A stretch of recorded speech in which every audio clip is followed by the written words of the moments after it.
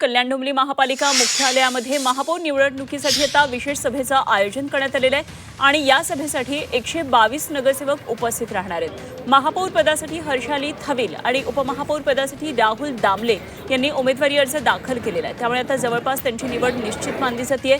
महापौर नियुक्तीनंतर पदाचा कार्यभार स्वीकारण्यासाठी कुठलाही गाजावाजा करण्यात येणार नाहीये। अजित पवार यांच्या निधनामुळे अत्यंत साध्या पद्धतीने महापौर उपमहापौर आपल्या पदाचा कार्यभार स्वीकारणार आहेत आणि इथला आढावा घेतला आमचे प्रतिनिधी आतिश भोईर यांनी। कल्याण डोंबिवली महानगरपालिकेमध्ये आज महापौर आणि उपमहापौर जे आहे पदाची निवड होणार आहे आणि 5 वर्षानंतर हा जो दालन आहे हा दालन जो आहे आज सज्ज होणार आहे, सजलेला आहे।